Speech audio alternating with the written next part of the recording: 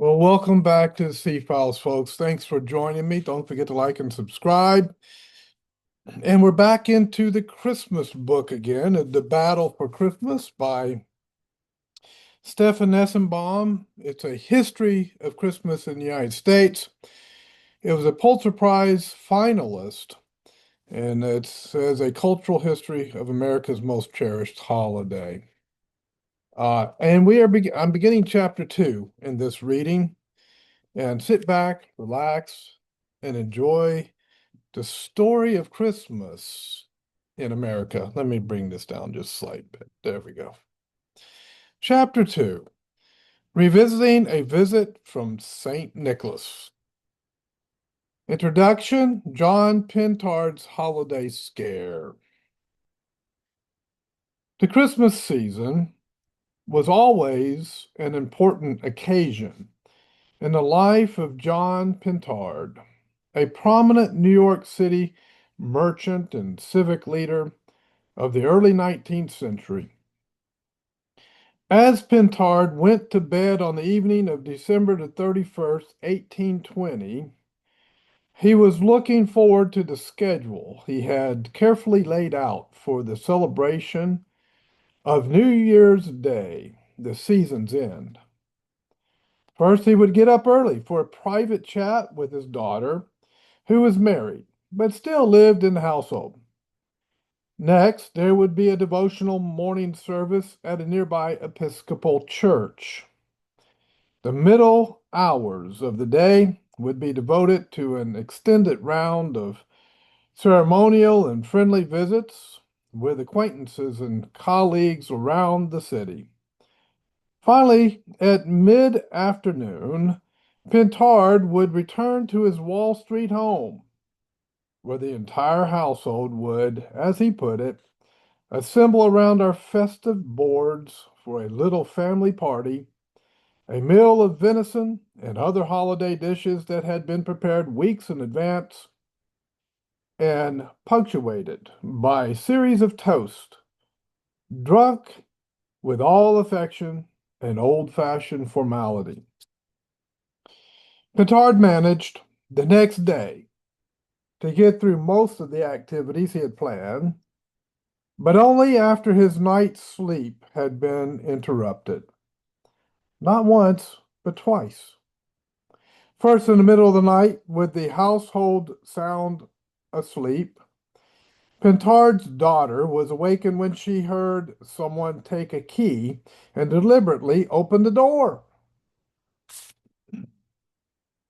The family knew the New Year's Eve marked the peak of rowdy Christmas revels in New York, so Pintard had reason to fear the presence of an intruder. He roused his wife, Mama, as he referred to her in a letter written very early the next morning. I threw on my clothes in haste, and down we sailed to investigate. Found the back parlor door ajar, but nothing out of place. As it turned out, the noise was only a false alarm. The family's black servant had merely arisen early in order to light a fire in the study. So Pintard returned to bed. But no sooner had he fallen asleep than he was roused again, this time by bands of loud revelers. Here come the revelers. This time by bands of loud revelers marching down Wall Street and directly outside his house, banging on drums, blowing fifes and whistles, and all the while loudly proclaiming the new year. The revelers did not leave, and in fact kept Pintard up for the rest of the night. They interrupted all the repose until daylight when I arose, leaving Mama to take a little rest till 9 when I shall call her. What this little episode reveals is two incompatible styles of celebrating the holiday season.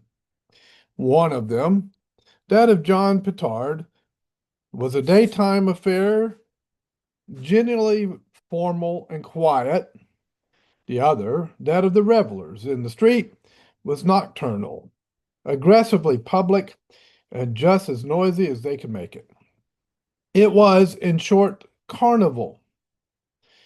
The two styles came into conflict in Petard's household only 2 years before Petard's friend Clement Clark Moore wrote his poem, A Visit from St. Nicholas.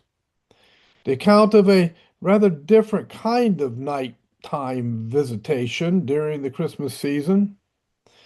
The connection is not artificial, for John Petard himself played a role in the development of Christmas as we know it today. One might even say that his role was that of John the Baptist to the figure of Santa Claus that Moore would soon perfect. Misrule and capitalism in early 19th century New York. A generation earlier, in 1786, a newspaper in a nearby community pointed out the same contrast between the different fashions in which New Yorkers celebrated the season. Some good people religiously observed it as a time set apart for a most sacred purpose. Some by decently feasting with their friends and relatives. But others observed the holiday by reveling in profusion and praying their sincere devotion to Mary Bacchus. The newspaper went on to rephrase the contrast in metaphoric terms. In several churches, divine service was performed, while the temples dedicated to the service of merriment, dissipation, and folly were much crowded, where the sons of gluttony and drunkenness satiated their respective appetites. The scene with these gentry generally concludes about midnight when they sally forth into the streets, and by their unmeaning, wild, extravagant noise disturb those citizens who would rather sleep than get drunk. Chapter 1 of this book argues that traditional Christmas misrule did not ordinarily pose a significant threat to the social order or to the authority of the gentry class. In fact, it actually served to reinforce the existing order of things by providing a sanctioned opportunity for the poor to lay off steam. It was a safety valve that allowed them to express resentments in a fashion that was generally apolitical. Indeed, the form that misrule commonly took, that of inverting the ordinary social structure rather than simply ignoring it, may have served to confirm the legitimacy of the status quo. After all, what the patron received from his clients in return for his gifts was their goodwill, something they had a great deal of value. Something that had a great deal of value indeed in the dynamics of a paternalist order. But this would change as paternalism itself came to wither away as a dominant form of social relations. In England, much of the change took place during the 18th century. E.P. Thomas has argued that in 18th century England, it was the upper classes themselves who severed the paternalist bonds that allowed the rituals of misrule to operate as a safety valve. Both the gentry and the established church abandoned their control over holiday rituals. These now became a purely plebeian cultural expressions. The Boston Antics discussed in Chapter 1 offered a good example of what Thomas had in mind. In this new setting, rituals of misrule began to assume a more clearly oppositional form. Thomas describes these 18th century protests as a kind of political theater directed at the gentry audience before whom it was performed, something less than a full-fledged radical movement, but more than sheer unfocused rowdiness. For example, in 18th century England, there appeared a kind of late night serenade on New Year's Eve known as Callithumpian Band, possibly derived from the Greek word caliph for beautiful, but the music these bands played was hardly beautiful. It was meant to be loud and offensive, characterized by beating on tin pans, blowing horns, shouts, groans, cat calls, and it was performed as a gesture of deliberate mockery. The general term in England for such things was rough music. This was not wholly new. Rough music is simply the British term for what in France is called charivari. Chivalry. Charivari, excuse me. But the Callithumpian bands seem to have directed their rough music against those who seem to be claiming too much dignity or abusing their power. By the early 19th century, with the spread of wage labor and other modes of capitalist production in England and the United States, what I have chosen to call the battle for Christmas entered an acute phase for some urban workers. The Christmas season no longer entailed a lull in the demand for labor. Their employers insisted on business as usual. It was this impulse that Charles Dickens would caricature in his character Ebenezer Scrooge.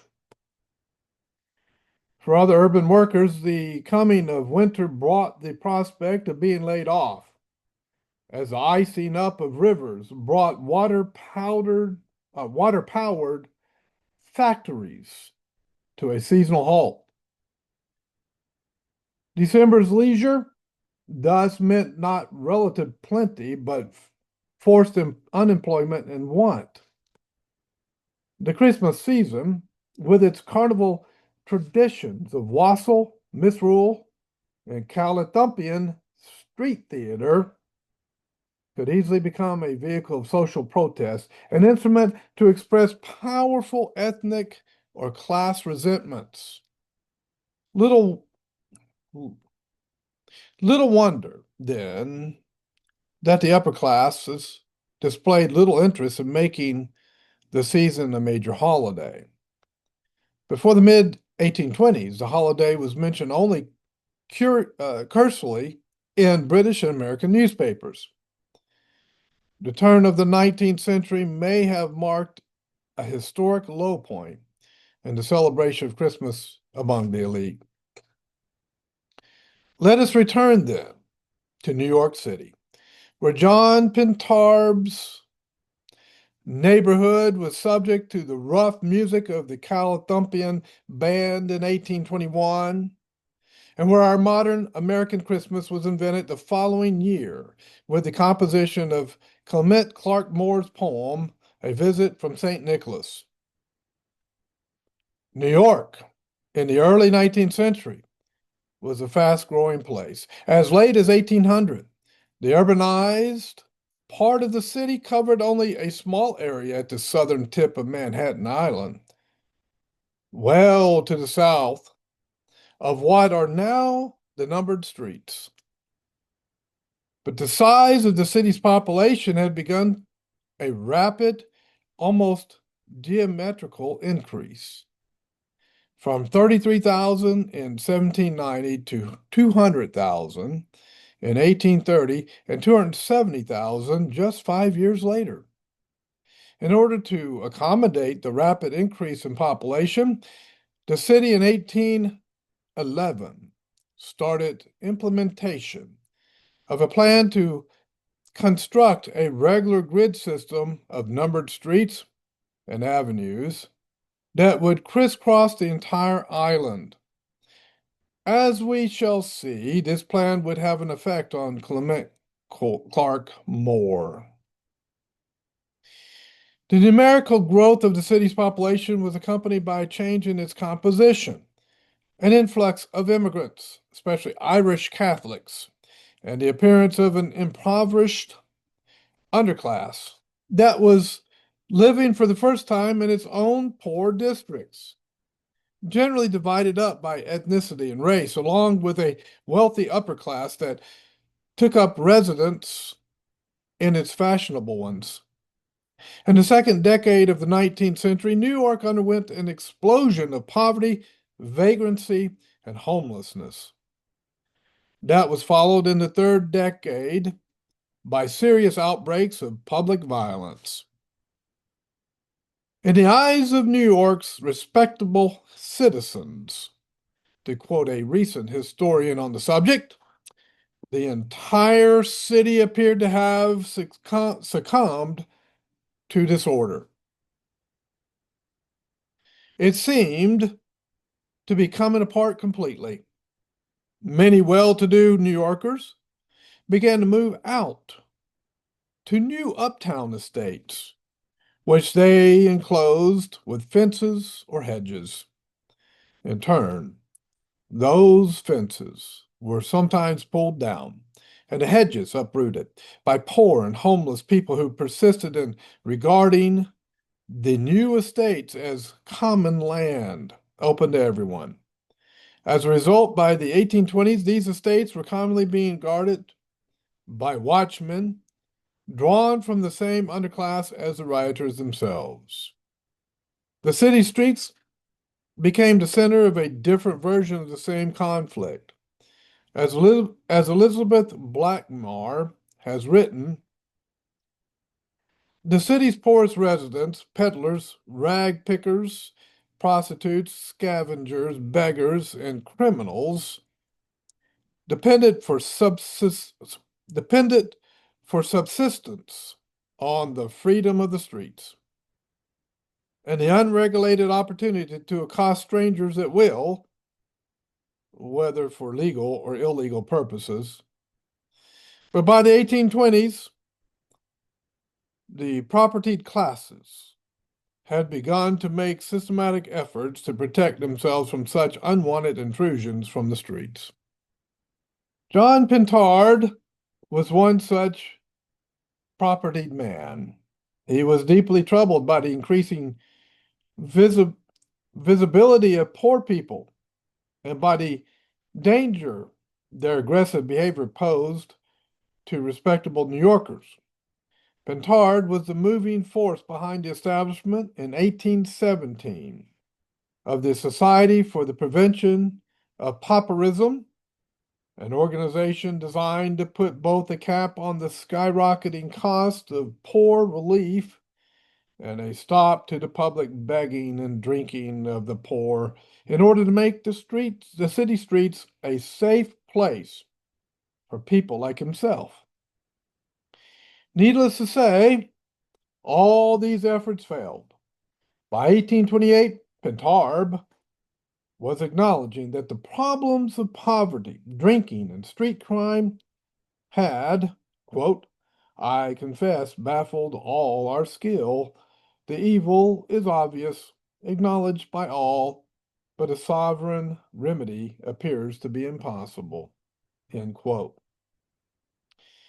It should come as no surprise that all of these developments were reflected in the transformation of the Christmas season. As early as 1772, a New York newspaper complained that the absence of decency, temperance, and sobriety at Christmas was so serious a matter that it belonged in the courts. The problem was caused by the assembling of, I'm not going to say that word, N-word, servants, boys, and other disorderly persons in noisy companies in the streets, where they spend the time in gaming, drunkenness, quarreling, swearing, and so forth, to the great disturbance of the neighborhood.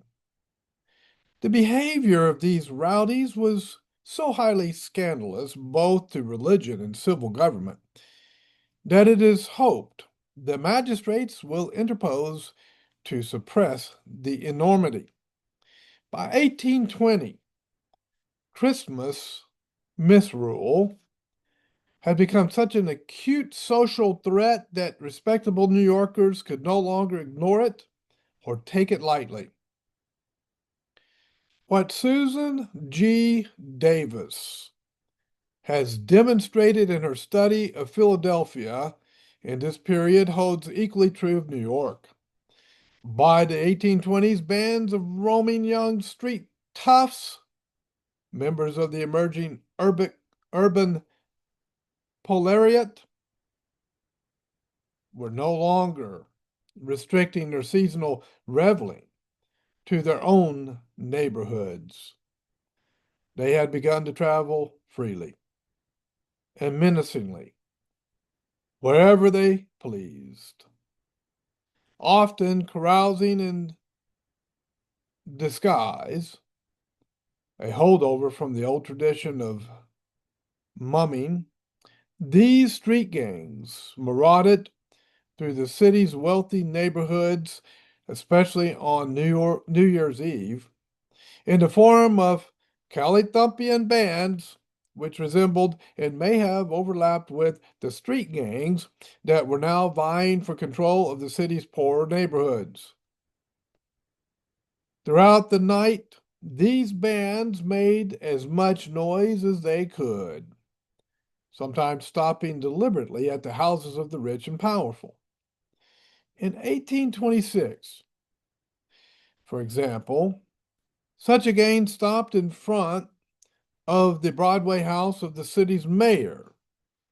There, they enacted what a local newspaper termed a scene of disgraceful rage. The next year, another newspaper sarcastically described these same gangs as a number of ill-bred boys, chimney sweeps, and other illustrious and aspiring persons whose sole purpose was to preambulate the light, preambulate the streets all night, disturbing the slumbers of the weary by thumping upon tin kettles, sounding penny whistles, and other martial trumpets. John Pintard would have understood. In 1828, there occurred an extensive and especially violent Callithumpian parade, complete with the standard array of drums, tin kettles, rattles, horns, whistles, and a variety of other instruments. This parade began along the working class Bowery, where the band pelted a tavern with lime.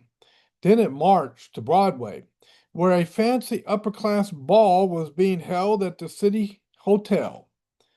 Then to a black neighborhood, stopping at a church where the Callithumpians demolished all the windows, broke the doors and seats, and beat with sticks the ropes the African American congregants who were holding a watch service. Next, the band headed to the city's main commercial district, where they smashed crates and barrels and looted at least one shop. Still unsatisfied, they headed to the Battery at the southern tip of the city, where they broke the windows of several of the city's wealthiest residents and tried to remove the iron fence that surrounded Battery Park. Finally, they headed back to Broadway for a second visit. This time, a group of hired watchmen were waiting for the Callithumpians, but the band stood down the watch force. And in the words of a local newspaper, the multitude passed noisily and triumphantly up Broadway. What are we to make of scenes like these? Once again, E.P. Thompson makes a convincing case that it would be misleading to interpret them either as wholly conscious political protests or as mere revelry that got out of hand, a kind of 19th century frat party. Historians of American cities have agreed with that assessment, but one of them puts it like this: riotous disorder, racial violence, and jolly foolery for neighbors and audiences existed side by side for decades. Customary Christmas license combined with seasonal unemployment made the winter holiday a noisy, drunken, threatening period in the eyes of the respectable. End quote. And another historian suggests that New York's Calathumpians can be considered, quote, a bridge between the traditional youth group misrule of the English village and a more direct challenge to authority, end quote. Well, we are at 26 minutes. I don't have enough time to do the next section. So we will do that in the next reading. It's pretty long. And it's Knickerbocker Holiday or Knickerbocker Holiday, whatever that might be. We'll find out in the next reading. I hope you're enjoying this reading about Christmas in America and how it developed. It has come a long way since these days, since the days in the 1800s, hasn't it? We're just a little ways into the book. It should be fun to see what else is in here. I'm enjoying this book. I hope you are. I'm going to take this out. This thing is, there we go. And I'll see you next time here on the C-Files. Don't forget to like and subscribe. Don't forget to watch my other videos. I'm going through the Bible and I'm going through the Quran. And when I finish the Quran, I'll pick another religious book to go through. I will stay in the Bible the whole time because that's my foundation. I'm a Christian, so that's my foundation. And as I study other religions and religious books. God bless you guys. I wish you the best during the holidays, during the time of the celebration of the incarnation of our Lord, and that we might honor and praise him and give him all the glory. I'll see you next time here on the C-Files.